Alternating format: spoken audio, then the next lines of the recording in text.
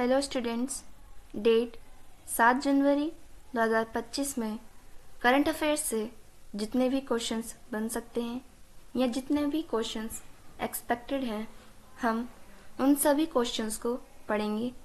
चलिए शुरू करते हैं। हमारा फर्स्ट क्वेश्चन है, हाल ही में पोयम 4 मिशन के तहत इसरो द्वारा अंतरिक्ष में भेजे गए किन बीजों में अंकुरण हुआ? तो हमारे ऑप्शंस हैं, पहला है लोबिया, दूसरा है मक्का, तीसरा है बाजरा या चौथा है चावल। तो इसका हमारा ऑप्शन नंबर ए सही है, लोबिया। अभी हाल ही में जो है कुछ टाइम पहले इसरो ने 2 मिशन लॉन्च किए थे। पहला था स्पेडएक्स और दूसरा था पोयम 4। स्पेडएक्स मिशन में जो है 2 उपग्रह का आपस में जुड़ना, जिसे हम डॉकिंग कहते हैं, उसका प्रदर्शन करना था। यानी कि डॉकिंग का प्रदर्शन जो है अंतरिक्ष में स्पेडएक्स मिशन के द्वारा हुआ। वहीं स्पेडएक्स के साथ जो है इसरो ने पोयम 4 को मिशन को भी लॉन्च किया था। स्पेडएक्स और पोयम 4 दोनों को ही जो है इसरो ने PSLV C60 लॉन्च व्हीकल द्वारा जो है लॉन्च किया। पोयम 4 में जो है हाल ही में अंतरिक्ष में जो है लोबिया का अंकुरण पाया गया है। लोबिया जो है इसका बीज में से जो है वह फट चुका है, यानी कि अब उसमें से जो है पौधा निकलेगा।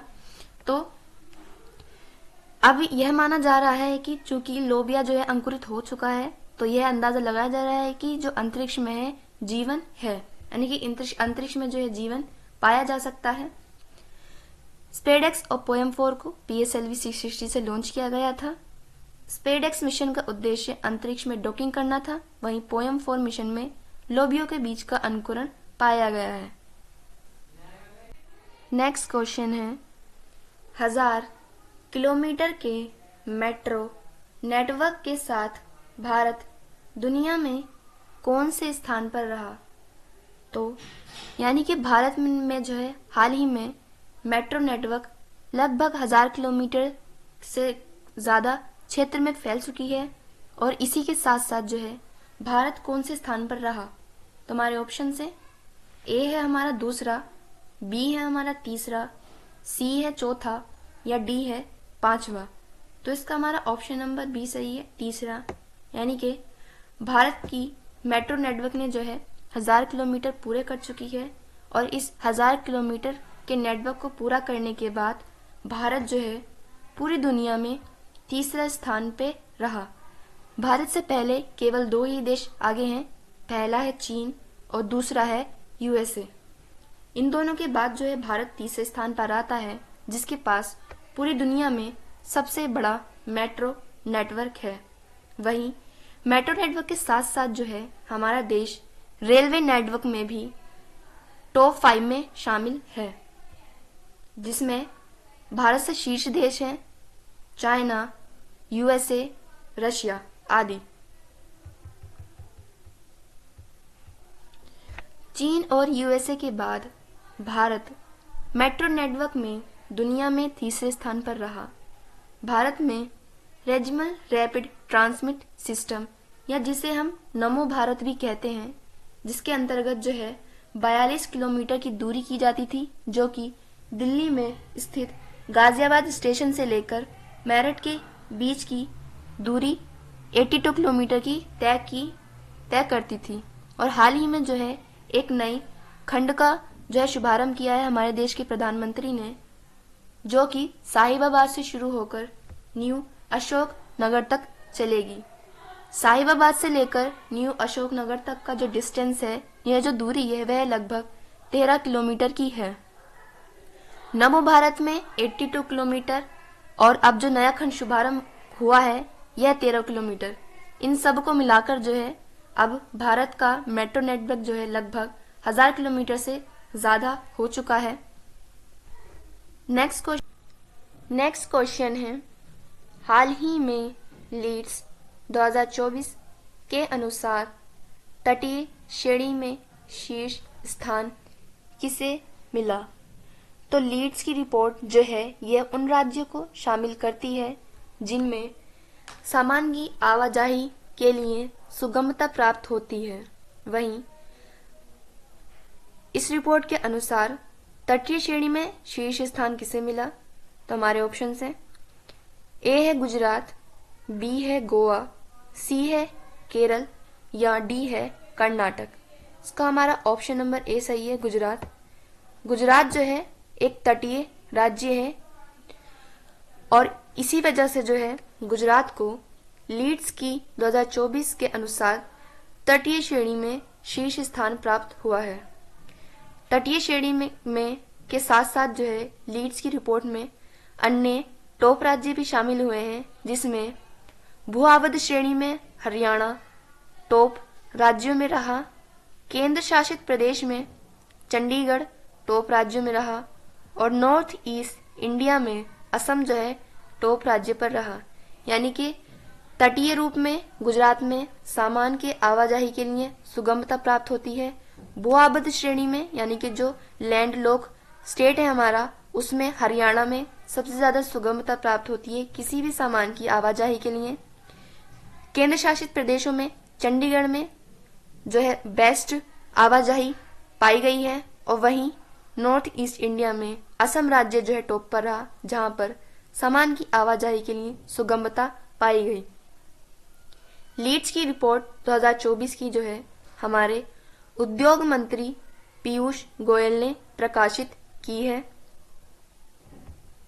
लीड्स की रिपोर्ट में जो है अलग अलग राज्य की अलग अलग सुगमता के कारण उन्हें इसमें शामिल किया गया है और इस रिपोर्ट को जो है मंत्री पीयूष गोयल ने प्रकाशित किया। नेक्स्ट क्वेश्चन है,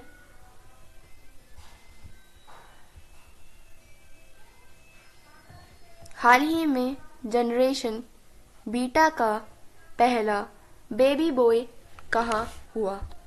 तो हमारे पास ऑप्शंस हैं, ए है मिजोरम, बी है मणिपुर, सी है त्रिपुरा या डी है असम। तो इसका हमारा ऑप्शन नंबर ए सही है, मिजोरम। मिजोरम में जो है हाल ही में जनरेशन बीटा का पहला बेबी जो कि एक बॉय है, बेबी बॉय जो है इसने जन्म लिया है। जनरेशन बीटा जो है 1 जनवरी 2025 के बाद जितने भी बच्चे जन्म लेंगे वहां से शुरू होगी। जनरेशन बीटा से पहले जिस जनरेशन ने जन्म लिया है वह जनरेशन अल्फा थी और जनरेशन बीटा के बाद जो जनरेशन जन्म लेगी वह जनरेशन गामा कहलाई जाएगी। जनरेशन बीटा जो है 1 जनवरी 2025 के बाद से से लेकर 2039 तक जितने भी बच्चे जन्म लेंगे वह जनरेशन बीटा के अंतर्गत आएंगे। जो भी बच्चे वर्ष 2039 के बाद जन्म लेंगे वह जनरेशन अल्फा में आएंगे। 2011 से 2014 तक जितने भी बच्चों ने जन्म लिया है वह जनरेशन अल्फा में आए हैं और जनरेशन अल्फा से पहले भी एक जनरेशन थी जिसका नाम जनरेशन जेड है। किसी भी जनरेशन का जो नामकरण किया जाता है यानी कि वह जनरेशन कितने वर्ष तक के लिए उपलब्ध कराई जाएगी तो वह 14 साल के लिए प्राप्त होती हैं। यानी कि एक सीमित 14 साल में जितने भी बच्चे जन्म लेते हैं वे उस जनरेशन के कहलाए जाते हैं। इसी प्रकार से जो है 2025 से जन्म लेने वाले बच्चे 2039 तक जन्म लेने वाले बच्चे जो है जनरेशन बीटा के अंतर्गत आएंगे और इनका जो गैप है यानी कि 2025 से लेकर 2039 के बीच का जो वर्ष का गैप है वह 14 वर्ष का गैप है।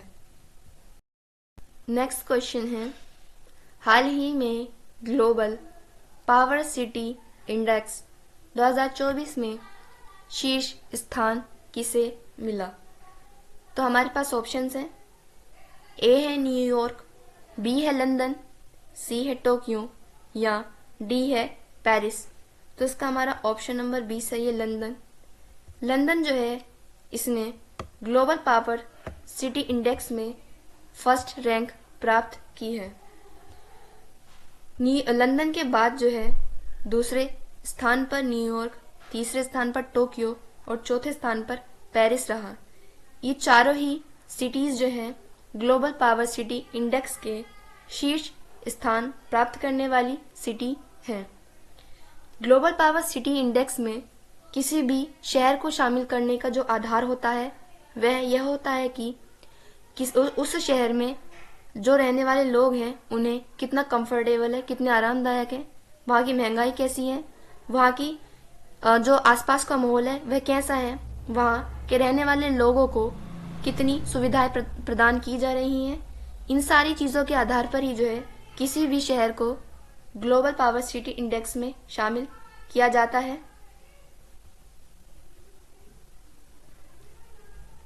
लंदन के बाद दूसरे स्थान पर न्यूयॉर्क, तीसरे स्थान पर टोक्यो और चौथे स्थान पर पेरिस रहा।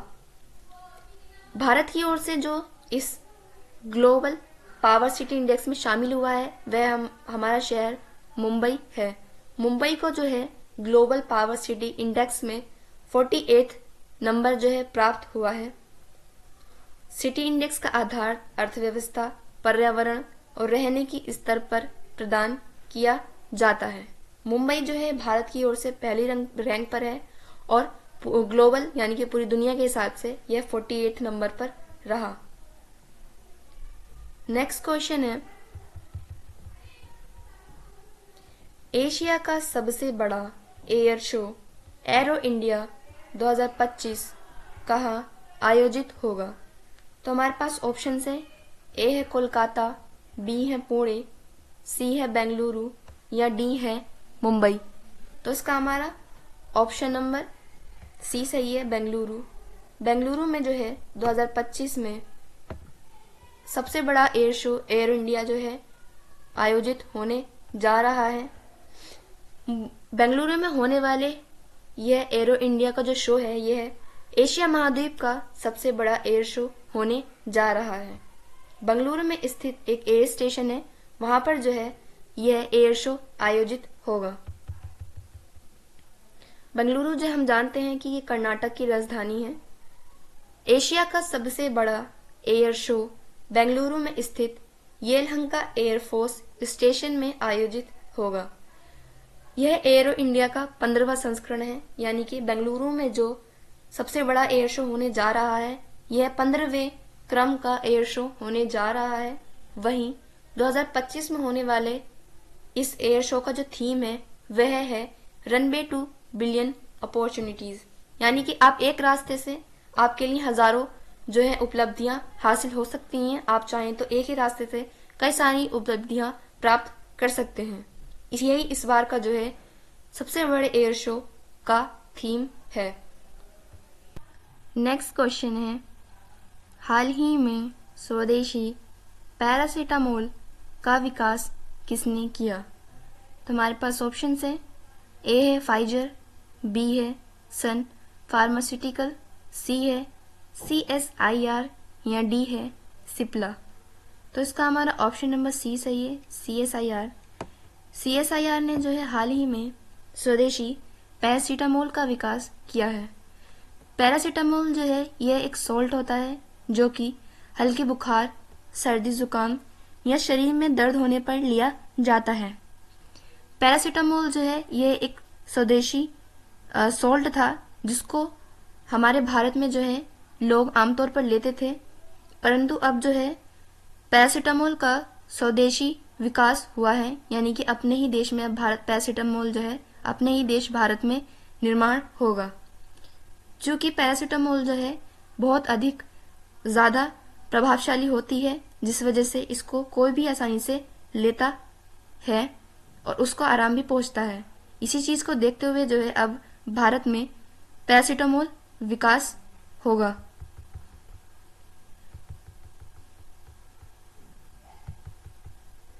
CSIR ने स्वदेशी पैरासीटामोल को विकसित किया है। इसे हमारे साइंस और टेक्नोलॉजी मंत्री डॉक्टर जितेंद्र सिंह ने लॉन्च किया है। वहीं स्वदेशी पैरासीटामोल का उत्पादन जो है कर्नाटक में स्थित सत्यदीप्ति फार्मास्यूटिकल लिमिटेड करेगी, यानी कि CSIR ने जो है इसको विकसित किया है अब पैरासीटामोल को, और पैरासीटामोल को विकसित करने के बाद अब स्वदेशी पैरासीटामोल का उत्पादन जो है सत्यदीप्ति फार्मास्यूटिकल लिमिटेड करेगी, जो कि कर्नाटक में स्थित है। पैरासीटामोल जो है एक प्रकार का सोल्ट होता है जो दर्द और बुखार में कामगार होता है। पैरासीटामोल के लेने के लिए आपको किसी स्पेशल ट्रीटमेंट की ज़रूरत नहीं पड़ेगी, आप इसको आसानी से ले सकते हैं और यह मेडिकल्स पे भी आसानी से उपलब्ध होती है। नेक्स्ट क्वेश्चन है, हाल ही में नीति आयोग के महिला उद्यमिता मंच के सहयोग से फराग सखी पहल कहाँ प्रारंभ हुई? तो हमारे पास ऑप्शंस हैं, ए है हरियाणा, बी है राजस्थान, सी है गुजरात या डी है महाराष्ट्र। इसका हमारा ऑप्शन नंबर डी सही है, महाराष्ट्र। महाराष्ट्र में जो है हाल ही में फराल सखी की जो है पहल हुई है। फराल सखी की जो पहल हुई है इसको नीति आयोग के महिला उद्यमिता मंच ने जो है सहायता प्रदान की है। महाराष्ट्र में एक शहर स्थित है जिसका नाम है मियाँ भयंदर शहर। मियाँ भयंदर शहर जो है यह फराली चिप्स के लिए बहुत ज़्यादा फेमस है, यानी कि फराली चिप्स का सबसे ज़्यादा उत्पादन जो है वह मियाँ भयंदर शहर में ही होता है। फराली चिप्स जो होते हैं यह एक प्रकार के पारंपरिक त्योहारों में खाए जाने वाले चिप्स होते हैं। जब व्रत रखते हैं तो नॉर्मल जो है फराली चिप्स ही खाए जाते हैं, यानी कि फराली चिप्स जो है स्पेशली किसी पारंपरिक त्योहार पर ही खाए जाते हैं। इसका उत्पादन जो है मियाँ भयंदर शहर में ज़्यादातर महिलाओं द्वारा ही उत्पादित होता है। महिलाओं के इसी काम को बढ़ावा करने के लिए, उनको मजबूत करने के लिए जो है नीति आयोग का जो मंच है जिसका नाम है महिला उद्यमी मंच, यह इन सभी महिलाओं की मदद कर रहा है। फराल सखी पहल को भी सहयोग करेगा, यानी कि फराल सखी की जो है यह मदद करेगा, जिससे जो है महिलाओं को अधिक मजबूती प्रदान होगी और उनके काम में उन्हें सहयोग भी प्रदान किया जाएगा। नेक्स्ट क्वेश्चन है, हाल ही में जल्लीकट्टू 2025 का पहला आयोजन कहाँ हुआ? तो हमारे पास ऑप्शन हैं, ए है कर्नाटक, बी है केरल, सी है तमिलनाडु या डी है आंध्र प्रदेश। इसका हमारा ऑप्शन नंबर सी सही है, तमिलनाडु। तमिलनाडु में जो है जल्लीकट्टू एक त्योहार है वो मनाया जाता है। जल्लीकट्टू त्योहार जो है इसका शुभारंभ तमिलनाडु से हुआ है। जल्लीकट्टू जो है यह पोंगल त्योहार में मनाया जाने वाला एक खेल होता है, यानी कि जल्लीकट्टू जो होता है ये एक प्रकार का खेल है जिसमें किसी भी बैल के गले में जो है सोने और चांदी के सिक्के भरकर पोटली बांधी जाती है और जो लोग होते हैं उन्हें उस सांड को या बैल को जो है काबू करके वो पोटली लेनी होती है, यानी कि उस बैल को आपको काबू करना होता है उसके सींग पकड़कर, और फिर वह जो पोटली होती है उसके गले में सोने या चांदी के सिक्कों की वह उस काबू करने वाले व्यक्ति को प्रदान की जाती है। तमिलनाडु में पोंगल त्योहार जो है हर साल धूमधाम से मनाया जाता है। पोंगल त्योहार में ही जो है बैलों को काबू करने का खेल खेला जाता है जिसे ही जल्लीकट्टू कहते हैं। जल्लीकट्टू का शुभारंभ जो है तमिलनाडु के एक थाचनकुरिची गांव से शुरू होता है, यानी कि यह जल्लीकट्टू खेल जो है ये थाचनकुरी गांव से शुरू होता है और फिर पूरे तमिलनाडु में मनाया जाता है। इस खेल में बैल के कुब्बड़ को पकड़कर संतुलित करना होता है।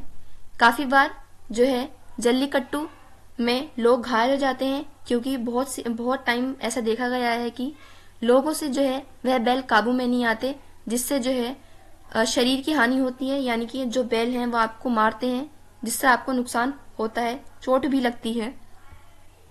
नेक्स्ट क्वेश्चन है, ये हमारा लास्ट क्वेश्चन है, हाल ही में राष्ट्रीय पक्षी दिवस 2025 कब मनाया गया? तो हमारे पास ऑप्शंस हैं, ए है 2 जनवरी, बी है 3 जनवरी, सी है 4 जनवरी या डी है 5 जनवरी।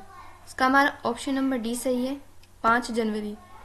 5 जनवरी को जो है हर साल राष्ट्रीय पक्षी दिवस मनाया जाता है और इस बार जो है राष्ट्रीय पक्षी दिवस मनाने के उपलक्ष्य में जो है गुजरात में स्थित जामनगर में जो है पक्षियों की जो है अब जनगणना होगी, जिसमें तटीय और वेडर दोनों ही प्रकार के पक्षियों की जनगणना की जाएगी। वेडर पक्षी, तटीय पक्षी वो होते हैं जो जामनगर के या किसी भी एक एरिया के रहने वाले पक्षी होते हैं, यानी कि वो उसी एरिया में रहते हैं। और वेडर पक्षी वो होते हैं जो कि मानसून बदलने के कारण एक देश से दूसरे शहर तक ट्रैवल करते हैं। इन्हीं पक्षियों को जो है वेडर पक्षी कहा जाता है।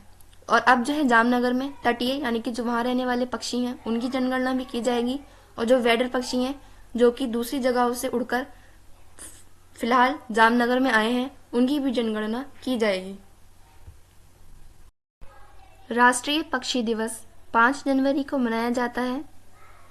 5 जनवरी को राष्ट्रीय पक्षी मनाने की शुरुआत जो है यानी कि इसकी स्थापना जो है सन 2002 से की गई थी। राष्ट्रीय पक्षी दिवस के उपलक्ष्य में इस बार यानी कि पूरे भारत में जो पहली बार तटीय और वेडर पक्षियों की जनगणना जामनगर गुजरात में हो रही है। स्टूडेंट्स, ये क्लास हम यही खत्म करते हैं। नेक्स्ट क्लास में हम करंट अफेयर से बनने वाले और भी क्वेश्चंस की रीडिंग करेंगे, उन्हें पढ़ेंगे। Thank you and thanks for watching.